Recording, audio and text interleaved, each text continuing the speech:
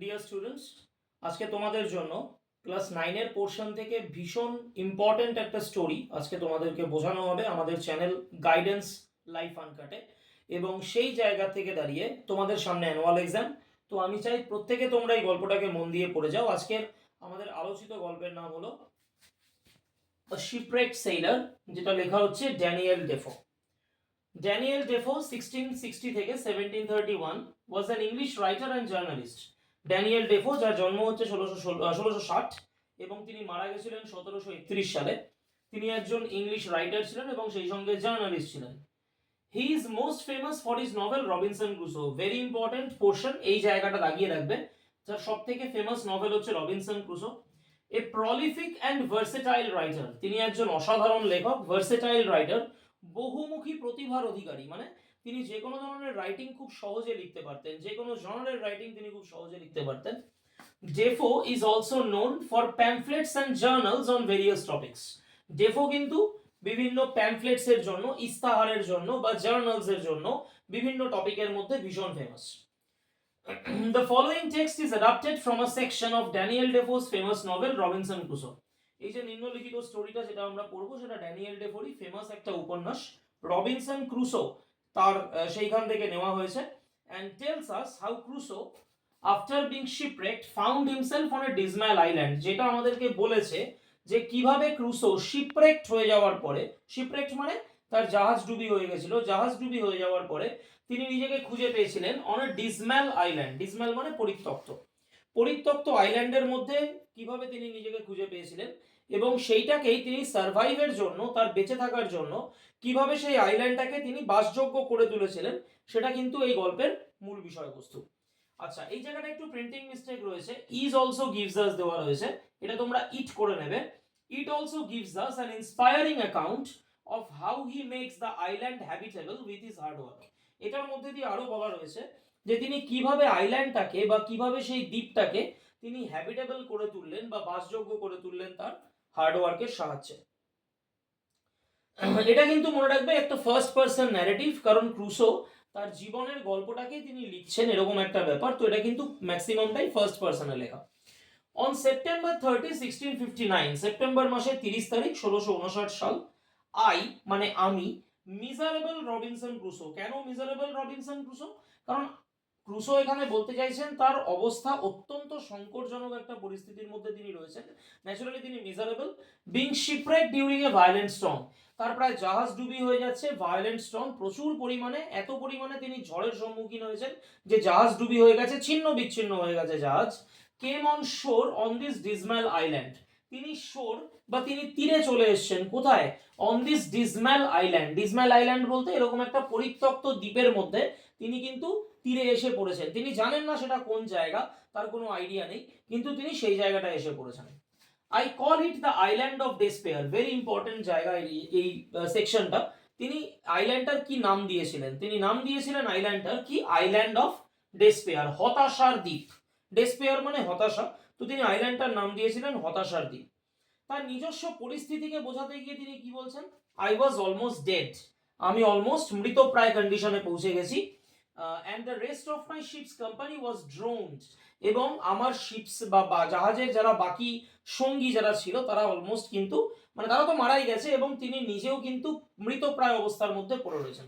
Almost মানে প্রায়, প্রায় মৃত কন্ডিশনে তিনি পড়ে রয়েছেন। এবং rest of my ship's company বলতে রেস্ট মানে বাদবাকিরা, আমার জাহাজের বাদবাকিরা তারা কিন্তু প্রায় জাহাজ ডুবি হয়ে যাওয়ার কারণে তারা কিন্তু কেউই আর বেঁচে নেই।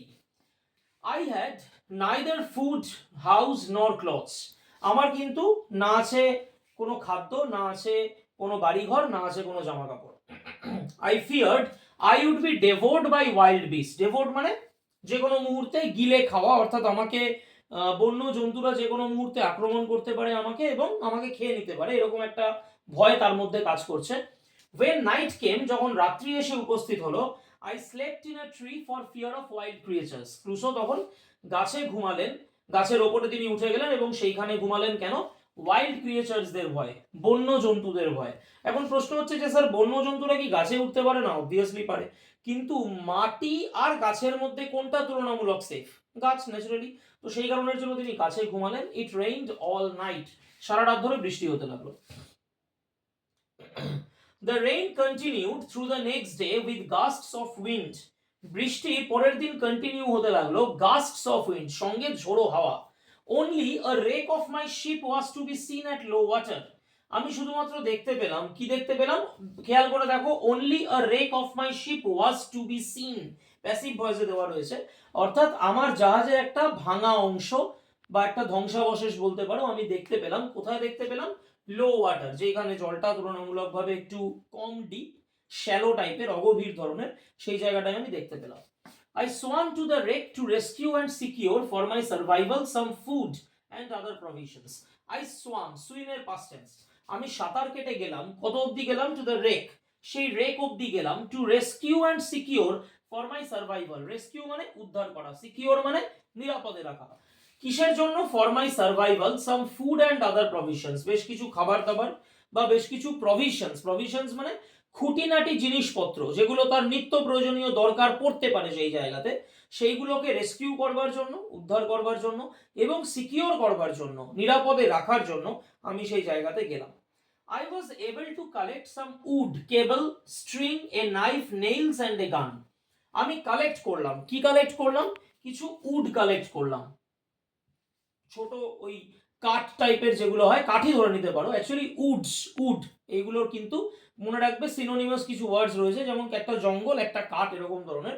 তো আমি কিছু কাঠ কালেক্ট করলাম, কেবল, কেবল মানে তার কালেক্ট করলাম, স্ট্রিং মানে দড়ি নিলাম, নাইফ ছুরি, নেইলস পেরেক, এখানে নেইলস মানে নখ নয় কিন্তু, পেরেক, অ্যান্ড এ গান এবং একটা বন্দুক পেলাম, মানে জাহাজের থেকে বিভিন্ন প্রয়োজনীয় যেগুলো যেগুলো আমার লাগবে বা নাও লাগতে পারে এরকম ধরনের একটা ব্যাপার, আমি সেইগুলোকে কালেক্ট করলাম। I also collected a Hammock, আমি একটা হ্যামকও নিলাম। প্রশ্ন হচ্ছে হোয়াট ইজ হ্যামক? হ্যামক তোমরা দেখতে পারলে অনেক সময় সি বিচের অঞ্চলগুলোতে একটা গাছের সঙ্গে আরেকটা গাছের মধ্যে দোলনার মতন বেঁধে যখন দুলতে থাকে এবং সেই একটা গাছের থেকে আরেকটা গাছে বাঁধা একটা দোলনা টাইপের থাকে, সেই জিনিসটাকে হ্যামক বলে। তোমরা একদম গল্পের শেষে যদি চলে যাও সেইখানে তোমরা দেখতে পাবে Hammock a kind of hanging bed generally made of net, net দিয়ে তৈরি হয় এরকম একটা হ্যাঙ্গিং বেড তিনি সেইখান থেকে পেলেন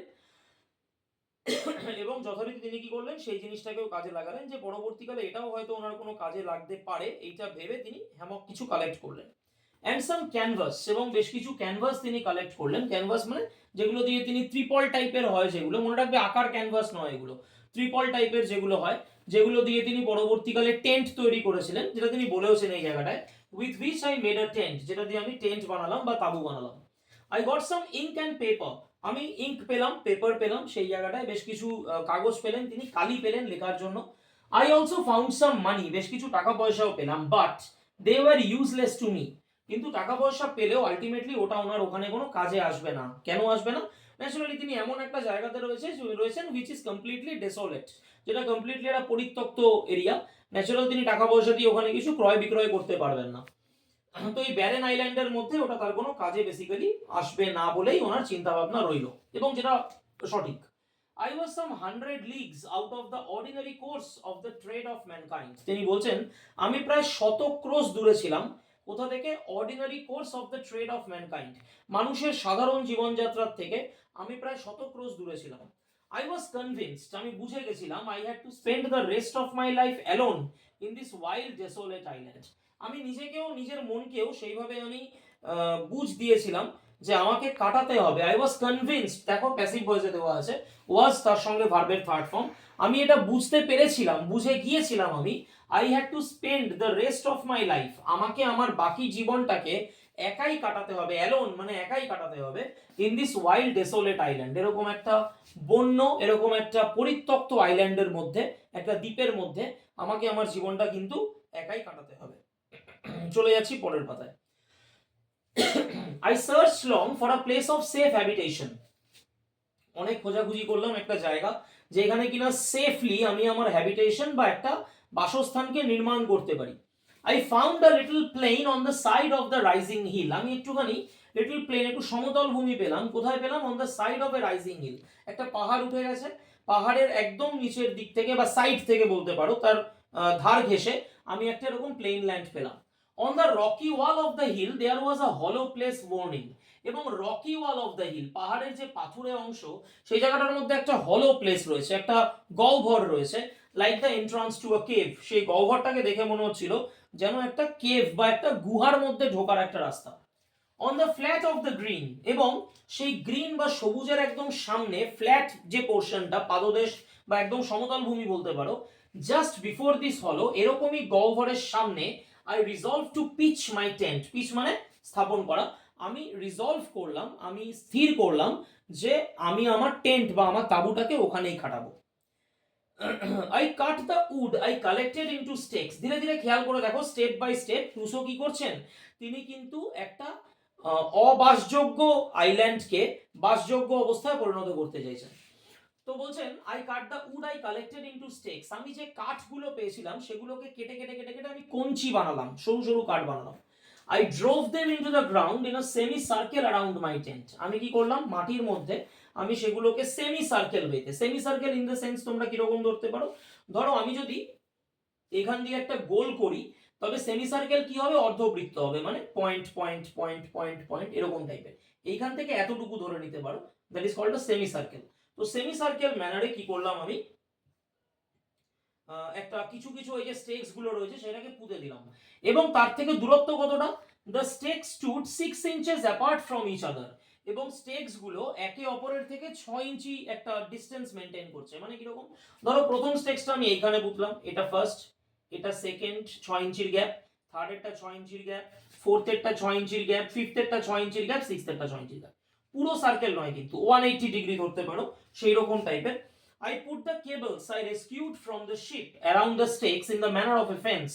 I put the cables, আমি তারগুলোকে নিয়ে তারপর কি করলাম, এই first, second stake, third stake, fourth stake, fifth stake, six stake, টোটালটাকে আমি কি করলাম, তার দিয়ে বেঁধে দিলাম। এবং কি, I used a short ladder to go over the fence, এবং আমি একটা ল্যাডার বা একটা মই ইউজ করতাম যাতে আমি ফেন্সের ওপর দিয়ে বা বেড়ার ওপর দিয়ে যাতায়াত করতে পারি। ওয়ান্স ইন, একবার যদি আমি ভেতরে ঢুকে যেতাম, I উইথড্রিউ the ladder after me, আমি কিন্তু ল্যাডারটাকে কি করতাম, টেনে নিতাম আমার দিকে বা ভেতর দিকে ঢুকিয়ে নিতাম, so that I was completely fortified against the world outside, যাতে আমি নিজেকে কি করতে পারি, ফোর্টিফাইড রাখতে পারি, সুরক্ষিত রাখতে পারি বাইরের দুনিয়ার থেকে। বিকজ উনি বাইরে জানেন না যে কি ধরনের কোনো বন্য জন্তু থাকলেও থাকতে পারে। তো উনি কি করতেন, ল্যাডারটা দিয়ে উঠে ভেতরের দিকে ঢুকে যেতেন এবং তারপরে মইটাকে উঁচু করে নিজের যে টেন্টের মধ্যে সরিয়ে রাখতেন। Into this tent I brought all my stores and provisions, এবং এই টেন্টের মধ্যে কিন্তু আমি আমার সমস্ত যা যা মজুত করা জিনিসপত্র বা খুঁটিনাটি যা যা নিত্য প্রয়োজনীয় জিনিসপত্র সমস্ত কিছু রাখলাম। After I had been on the island for 10 or 12 days, আমি 10 থেকে 12 দিন আইল্যান্ডে থাকার পর, এই প্যারাটা কিন্তু ভীষণ ইম্পর্টেন্ট মনে রাখবে, ওনার একটা রিয়েলাইজেশন এলো, it occurred to me that I would lose the measure of time. ওনার কিন্তু এটা মনে হতে লাগলো যে উনি কিন্তু সময়ের পরিমাপটা করতে ভুলে যাচ্ছেন। অনেক সময় এটা আমাদের সাথেও হয়, দেখবে পুজোর সময় ন্যাচারালি কি বার আমাদের খেয়াল থাকে না, তখন আমরা ষষ্ঠী, সপ্তমী, অষ্টমী এইভাবে সেই তিথি অনুযায়ী বিষয়টাকে ধরতে থাকি। তো ওরকম টাইপের ওনারও তাই 10-12 দিন থাকার পরে মনে হলো যে উনি যেন সময়ের পরিমাপটাকেই ক্রমশ হারিয়ে ফেলছেন। This was because I had neither watch নর ক্যালেন্ডার, তার কাছে না ছিল কোনো ঘড়ি, তার কাছে ছিল কোনো ক্যালেন্ডার। টু প্রিভেন্ট দিস, এটাকে আটকানোর জন্য, I cut with my knife upon a large post the date of my landing. তিনি কি করলেন, একটা লার্জ পোস্ট, একটা বড় পোস্টের ওপরে তিনি কি করলেন, একটা ছুরি দিয়ে তিনি এরকম কাটমার্ক করে দিতে লাগলেন তার ল্যান্ডিং এর দিনগুলোকে। মানে ধরো তিনি এসেছিলেন কবে, 30th সেপ্টেম্বরে 1659-এ, কারণ আমরা একদম এই যে শুরুতেই আমরা দেখতে পাবো তার আসার ডেটটা, এই যে সেপ্টেম্বর 30th সেপ্টেম্বর 1659-এ। তো তিনি কি করলেন, প্রত্যেক দিনই একটা একটা করে তিনি দাগ দিতে লাগলেন। ইন দ্য সেন্স কিরকম, 30-এর জন্য একটা দাগ, পরের দিনের জন্য আরেকটা দাগ, তারপরের দিনের জন্য আরেকটা দাগ, তারপরের দিনের জন্য আরেকটা দাগ, এরকম করে যখনই তিনি গুনবেন তিনি অ্যাকচুয়ালি হিসাব পেয়ে যাবেন যে তিনি কতদিন এই আইল্যান্ডের মধ্যে রয়েছেন। টু প্রিভেন্ট দিস আর cut with my knife upon a large post the date of my landing, তিনি ওরকম ভাবে নাইফ দিয়ে নচ করতে লাগলেন। নচ মানে এই যে put a notch with my knife for everyday. Notch basically কি, নচ মানে হচ্ছে ওই ছুরি দিয়ে যে কাটা দাগ সেটাকে নচ বলা হয়েছে, অর্থাৎ তিনি ছুরি দিয়ে ডিপ করে করে কেটে কেটে কেটে কেটে দাগগুলোকে ফেলতে লাগলেন একটা বড় পোস্টের মধ্যে। After a long spell of rain, টানা বৃষ্টিপাতের পর, I saw some fair weather around 7th November. টানা বৃষ্টিপাতের পর আমি ফেয়ার ওয়েদার, একটু ভালো ওয়েদার আমি দেখতে পেলাম। কবে নাগাদ? ডেটটা প্রত্যেকে মাথায় রাখবে, 7th নভেম্বর, 7ই নভেম্বর নাগাদ। I spent the next couple of days making small wood boxes to keep my provisions dry from rain. I spent the next couple of days, আমি আগামী দুদিন আমি কাটালাম, কিভাবে কাটালাম? মেকিং স্মল উড বক্সেস, ছোট ছোট ছোট ছোট কাঠের বাক্স তৈরি করলাম। To keep my provisions dry from rain, অর্থাৎ যাতে আমি আমার জিনিসগুলোকে কাঠের বাক্সের ভেতরে রেখে সুরক্ষিত রাখতে পারি। অ্যামং দ্য থিংস, জিনিসগুলোর মধ্যে, I rescued from the ship, জাহাজের থেকে তো অনেক জিনিসই তিনি উদ্ধার করেছিলেন, তো তার মধ্যে বা সেই জিনিসগুলোর ভেতরে আরো কিছু কিছু জিনিস ছিল, যেমন there was a small bag of corns meant for poultry feed. বেশ কিছু কর্ন ছিল, ওই শস্য টাইপের বলতে পারো, ফসল ধরনের বলতে পারো। বেসিক্যালি কর্ন বলতে ভুট্টাকে বলে, কিন্তু এই ক্ষেত্রে হচ্ছে শস্য বা ফসল, যেটা পোল্ট্রি ফিড, হাঁস মুরগির খাওয়ার জন্য ছিল। Most of it had been devoured by rats, maximum কারা এসে সেগুলোকে খেয়ে গেছে? ইঁদুরে এসে খেয়ে গেছে সেগুলোকে। মানে ওই জাহাজের মধ্যে থাকতে থাকতে সেগুলোকে ইঁদুরেই এসে কি করেছে? ডেভোর করে নিয়েছে বা হজম করে নিয়েছে, ওরাই খেয়ে নিয়েছে।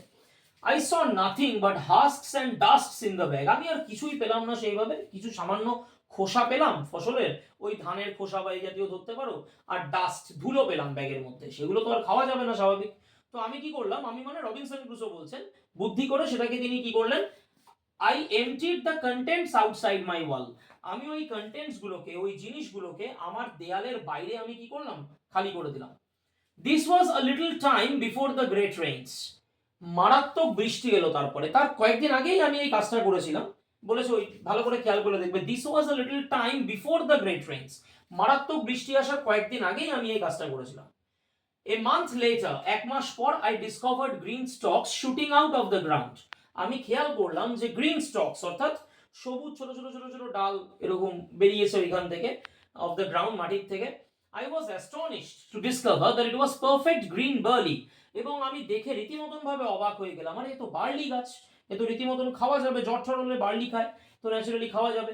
বাই দ্য জুন অফ 1660, ডেটগুলো খুব ভালো করে মনে রাখবে, জুন মাস 1660 সাল, I had gain security of food and shelter, আমি সিকিউরিটি, আমি নিরাপত্তা পেয়ে গেলাম খাবারের এবং আশ্রয়ের দিক থেকে। ইন দ্য সেম মান্থ, একই মাসে, I developed a high fever, আমার ভীষণ জ্বর হলো, অ্যান্ড লে উইক অ্যান্ড থার্স্টি, এবং আমি দুর্বলভাবে তৃষ্ণার্ত অবস্থায় পড়ে রইলাম। আই রিকভার্ড অ্যারাউন্ড 30th, আমি 30 তারিখ নাগাদ আবার সুস্থ হলাম। কোন মাস 30 তারিখ? জুন মাসেরই 30 তারিখ। And gradually felt stronger than the day before, এবং প্রত্যেক দিন একটু একটু করে সুস্থ হতে লাগলাম, মানে আগের দিনের থেকে পরের দিন নিজেকে সুস্থ বোধ করতে লাগলাম, আবার তারপরের দিন নিজেকে আরো একটু সুস্থ বোধ করতে লাগলাম, এরকম ধরনের। অন 15th of July, জুলাইয়ের 15 তারিখ, I took a more particular survey of the island, আমি আইল্যান্ডের সার্ভে করলাম, আইল্যান্ডের মধ্যে এদিক ওদিক ঘুরে দেখার মতন করে আমি আইল্যান্ডে কি করলাম? সার্ভে করলাম। অ্যারাউন্ড 2 মাইলস আপ, এবং প্রায় 2 মাইল যখন আমি আপ হিলে উঠলাম, পাহাড়ের ওপর দিকে আরো গেলাম, আই ফাউন্ড এ ব্রুক, আমি একটা ছোট নদী দেখতে পেলাম, with pleasant meadows by its bank, এবং সুন্দর মেডোজ, উদ্যান রয়েছে তার এই তীরের মধ্যে, প্লেইন, একেবারে প্লেইন রয়েছে, ভেরি সরি, দাঁড়াও, প্লেইন রয়েছে অর্থাৎ সমতল রয়েছে, স্মুথ অ্যান্ড কভার্ড বাই গ্রাস, এবং প্লেজেন্ট মেডোজ দেখতে পেলাম তার ব্যাংকে, একদম প্লেইন ল্যান্ড, জায়গাটা একেবারে সমতল ভূমি, এবং সুন্দর ঘাস দিয়ে ঢাকা, স্মুথ, বেশ মসৃণ। ইন আ উডি পার্ট, তুলনামূলকভাবে একটা কাষ্ঠল অংশে, I found মেলনস in great abundance, আমি মেলনস, প্রচুর তরমুজ দেখতে পেলাম, অ্যাবান্ডেন্স মানে প্রাচুর্য, মানে হিউজ তরমুজ হয়ে রয়েছে সেই জায়গাটায়, অ্যান্ড গ্রেপ ট্রিজ, এবং আঙুরও দেখতে পেলাম। The grapes were ripe and rich, আঙুরগুলো কেমন? একেবারে রাইপ, সুপক্ক, এবং রিচ, একেবারে সরস, তার মানে বুঝতেই পারছো প্রকৃতি একেবারে সাজিয়ে রেখেছে, ফলের ভান্ডার সাজিয়ে রেখেছে, এবং ওখান থেকে আর কেউ নেওয়ারও নেই, কারণ ওটা একটা island. Further into the land, আমি স্বাভাবিক ওখানটায় এত ভালো ভালো জিনিস পেয়েছি, মেলন্স পেয়েছি, গ্রেপস পেয়েছি, আমার মনে হলো আরেকটু ওপরের দিকে যাই, এবং ওপরের দিকে গিয়ে কি দেখতে পেলাম? Further into the land, I found a great number of cocoa, আমি বেশ কিছু কোকো গাছ, যেগুলোর থেকে তুলনামূলক চকোস বা ক্যাডবেরিজ তৈরি হয়, সেগুলো দেখতে পেলাম। মনে রাখবে এটা কোকো আ নয়, কিন্তু এর উচ্চারণটা হবে না, এটা সাইলেন্ট থাকবে, যেমন সাইকোলজিক্যাল, এস এর উচ্চারণ হয় না, এক্স্যাক্টলি ওরকম ধরনের। তো কোকো দেখতে পেলাম, অরেঞ্জ অ্যান্ড লেমন ট্রিজ পেলাম। I carried great parcels of fruit হোমওয়ার্ড, আমি প্রচুর পরিমাণে ফলের পার্সেল নিয়ে আসলাম বাড়িতে, and the journey took me 3 days, এবং এই যাত্রাটা করতে আমার মোটামুটি 3 দিন সময় লাগলো। এবার স্বাভাবিক, পাহাড়ের ওপরের দিকে উঠে যদি কেউ এত সংখ্যক ফলের গাছ টাছ দেখে, তার লোভ হওয়াটাই স্বাভাবিক। তো আমারও হলো। আই ওয়াজ টেম্পটেড, আমি রীতিমতন উত্তেজিত হয়ে পড়লাম, একটু লোভ চলে এলো আমার মনের মধ্যে। কিসের কারণে? To transfer my habitation to this valley of fruits, যে এই স্বামী কি তাহলে এরকম ফলের উপত্যকায় আমার হ্যাবিটেশন বা আমার যে বসবাসের জায়গাটা, স্থানটা, সেটাকে কি স্থানান্তর করতে পারি? কিন্তু আমার লোভ আসলেও আমি আলটিমেটলি বুঝলাম যে আমার পক্ষে কোনটা করা উচিত, কোনটা উচিত নয়। আই ডিড নট, আমি করলাম না। কেন? বিকজ আমার লং টার্ম গোল ওটা ছিল না। Because I still hope to be rescued by some passing ship on the sea. কারণ আমার মনে কোথাও না কোথাও এই আশাটা ছিল যে সমুদ্রের ওপর দিয়ে কোনো জাহাজ যাবে এবং সে কোনো না কোনো দিন আমাকে হয়তো এসে উদ্ধার করবে। ন্যাচারালি আমি যদি আপিলে থাকি, জাহাজের উপস্থিতিটাকে আমি ধরতে পারবো না। সুতরাং আমার ওই সমুদ্রের কাছাকাছি থাকাটাই বুদ্ধিমানের ব্যাপার। I did not want to enclose myself in hill and woods. আমি নিজেকে পাহাড়ের মধ্যে, জঙ্গলের মধ্যে সীমাবদ্ধ করে রাখতে চাইনি। I stayed in view of the sea. আমি সমুদ্রের কাছাকাছি থাকতে চেয়েছিলাম। 10 months had passed since I had set foot on this island. 10 মাস কেটে গেল এই আইল্যান্ডে আসার পরে। Previously I had no lamp after dark. আগে অন্ধকার হয়ে গেলে ওরকম বসে থাকতে হতো, কোনো ল্যাম্প ছিল না আমার কাছে। সেখান থেকেও ধীরে ধীরে বেরোলাম। কি করলাম? I collected a little tallow, tallow মানে পশুর চর্বি জোগাড় করলাম, and a small clay dish, এবং একটু ওই মাটির পাত্র ছোট, সেটাকে জোগাড় করলাম। To this I added a wick. আমরা জানি চর্বি খুব দাহ্য হয়। ন্যাচারালি ওই চর্বি এবং চর্বিটাকে পাত্রের মধ্যে রেখে, ডিশের মধ্যে রেখে, আমি কি করলাম, ওই ডিশের সঙ্গে একটুখানি ওই চর্বির সঙ্গে একটু সলতে দিয়ে দিলাম। উইক মানে হচ্ছে সলতে। I had thus made myself a lamp, এবং ওই পাথরে পাথরে ঠুকে আগুন জ্বালিয়ে একটা ল্যাম্প প্রস্তুত করলাম। অন্তত সন্ধ্যের পরে একটু হলেও আলোর দেখা পেতাম। I now began to seriously consider the circumstance I was reduced to. আমি এখন ধীরে ধীরে ভাবতে লাগলাম যে আমি কোন পরিস্থিতিতে এসেছি। আমার জীবন তো এগোচ্ছে না। ওই একভাবে আমি 10 মান্থস হয়ে গেছে বা তারও বেশি হয়ে গেছে, আমি একভাবে আইল্যান্ডে পড়ে রয়েছি, কোনো ইমপ্রুভমেন্টস নেই, এখান থেকে বেরোতেও পারছি না। আমি একটু বোর ফিল করতে লাগলাম। আমি সিরিয়াসলি কনসিডার করতে লাগলাম যে আমি কোন পরিস্থিতিতে চলে এসেছি। জীবনটা পুরো স্ট্যাগন্যান্ট হয়ে গেছে। I decided to describe my state of affairs in writing. সুতরাং ভাবলাম ঠিক আছে, একটু ক্রিয়েটিভিটি অ্যাপ্লাই করা যাক। কিরকম ক্রিয়েটিভিটি? আমি আমার এই অভিজ্ঞতাটাকে ভাবলাম আমি কি করব, মূর্ত রূপ দেব। মূর্ত রূপ দেব ইন দ্য সেন্স কিরকম? আমি লিখবো আমার এই জার্নিটাকে, আমি লিখবো, যে লেখাটা আমরা অবভিয়াসলি এখন পড়ছি। I began to keep a journal of everyday's employment. আমি প্রত্যেক দিনের কাজের হিসাব রাখতে লাগলাম যে আমি কি কি করতাম না করতাম। কিন্তু মনে রাখবে, আমি পুরোটা বর্ণনা করতে পারতাম না। কেন? কারণ I could not include all particulars because gradually I ran out of ink. আমি সমস্ত বর্ণনা দিতে পারলাম না, কারণ আমার ধীরে ধীরে কালি শেষ হয়ে গেল। ইঙ্ক এবং পেপার যেটা তিনি পেয়েছিলেন, স্বাভাবিক একবার ইঙ্ক শেষ হয়ে গেলে উনি তো আর ওখান থেকে কিছু ভরতে পারবেন না। ন্যাচারালি ওনার কালি শেষ হয়ে গেল বলে উনি, বা কালি শেষ হয়ে যেতে লাগলো বলে উনি কিন্তু সমস্তগুলোকে অ্যাড করতে পারলেন না। জাস্ট তোমরা লেখার আগে যেরকম হিন্টস গুলোকে লিখে রাখো, এক্স্যাক্টলি সেইভাবে তিনি জিনিসগুলোকে লিখে রাখলেন। I found by the notches I cast on the post, এবং ওই পোস্টের ওপরে যে দাগগুলো দেওয়া ছিল সেইখান থেকে আমি ধরতে পারলাম it was September 30 again. আবার সেপ্টেম্বর মাসের 30 তারিখ চলে এসেছে। তার মানে বুঝতেই পারছো, 1 সেপ্টেম্বর মানে 1659 সালের সেপ্টেম্বর মাসের 30 তারিখ তিনি আইল্যান্ডে এসেছিলেন। 1660 সালের সেপ্টেম্বর মাসের 30 তারিখ চলে এসেছে। I had spent 365 days on this island. আমি বুঝতে পারলাম যে আমি এই আইল্যান্ডের মধ্যে 365 দিন কাটিয়ে ফেলেছি। যদিও মনে রাখবে, আমার মতে এই জায়গাটা একটু ভুল আছে। 365 হওয়া উচিত নয়, 366 হওয়া উচিত। কারণটা কি? 1659 সাল লিপ ইয়ার ছিল না, 1660 সাল কিন্তু লিপ ইয়ার। সেপ্টেম্বর মাস চলে আসা মানে 1660 সালের ফেব্রুয়ারি মাসে 29 দিন কিন্তু অ্যাকচুয়ালি কাউন্ট করা। তো যাই হোক, আমরা অতটা টেকনিক্যাল জায়গাতে যাচ্ছি না। তো উনি বলেছেন রাফলি যে আমি এই আইল্যান্ডের মধ্যে 365 ডেজ কাটিয়ে ফেলেছি। পরীক্ষায় কিন্তু 365 এ লিখবে। তো স্টুডেন্টস, এই ছিল আমাদের গল্প। এখান থেকে বেশ কিছু ফুট নোটস রয়েছে, তোমরা পড়ে নেবে। ডিসম্যাল মানে ডেসোলেট, পরিত্যক্ত। ডেভোর্ড মানে কোনো কিছুকে চটপট করে খেয়ে ফেলা। It all of something quickly. Hammock, a kind of hanging bed generally made of net দিয়ে তৈরি, যে বেডগুলো হ্যাঙ্গিং বেড বা দোলনা ধরনের তৈরি হয়। Fortified, secured. নচ, সেটা হচ্ছে মার্ক। ট্যালো হচ্ছে animal fat use to make candles, যেখানে কিনা ক্যান্ডেলস তৈরি হয়, যেটা পশুর চর্বি বলা হয়। তো স্টুডেন্টস, এই ছিল আমাদের স্টোরি আজকে। আশা করি তোমরা কিছুটা হলেও স্টোরিটাকে বুঝতে পেরেছো। সামনে তোমাদের এক্সাম, খুব ভালো করে মন দিয়ে এক্সাম দেবে, এই গল্পটাকে অবশ্যই পড়ে যাবে এবং আশা করি তোমরা প্রত্যেকটা প্রশ্নের উত্তর সঠিকভাবে দিতে পারবে। আজকের ভিডিও এখানেই শেষ করছি। নমস্কার।